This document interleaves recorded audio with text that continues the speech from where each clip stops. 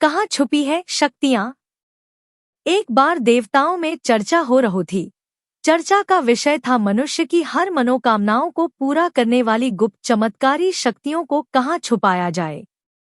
सभी देवताओं में इस पर बहुत वाद विवाद हुआ। एक देवता ने अपना मत रखा और कहा कि इसे हम एक जंगल की गुफा में रख देते हैं। दूसरे देवता ने उसे टोकते हुए कहा, नहीं नहीं, हम इसे पर्वत की चोटी पर छिपा देंगे। उस देवता की बात ठीक पूरी भी नहीं हुई थी कि कोई कहने लगा, न तो हम इसे कहीं गुफा में छिपाएंगे और न ही इसे पर्वत की चोटी पर, हम इसे समुद्र की गहराइयों में छिपा देते हैं। यही स्थान इसके लिए सबसे उपयुक्त रहेगा।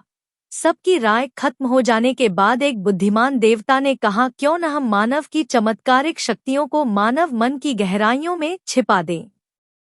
चूंकि बचपन से ही उसका मन इधर उधर दौड़ता रहता है, मनुष्य कभी कल्पना भी नहीं कर सकेगा कि ऐसी अद्भुत और विलक्षण शक्तियां उसके भीतर छिपी हो सकती हैं, और वह इन्हें बाह्य जगत में खोजता रहेगा। इन बहुमूल्य शक्तियों को हम उसके मन की निचली तह में छिपा देंगे।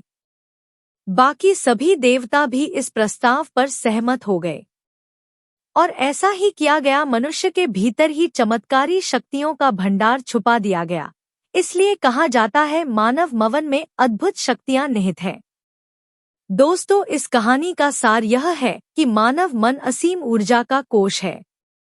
मनुष्य के लिए कुछ भी असाध्य नहीं है।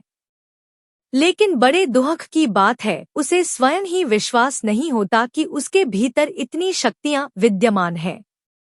अपने अंदर की शक्तियों को पहचानिए। उन्हें पर्वत, गुफा या समुद्र में मत ढूंढिए, बल्कि अपने अंदर खोजिए और अपनी शक्तियों को निखारिए। हथेलियों से अपनी आंखों को ढककर अंधकार होने का शिकायत मत कीजिए। आंखें खोलिए, अपने भीतर झांकिए और अपनी अपार शक्तियों का प्रयोग कर अपना हर एक सपना पूरा कर डालिए।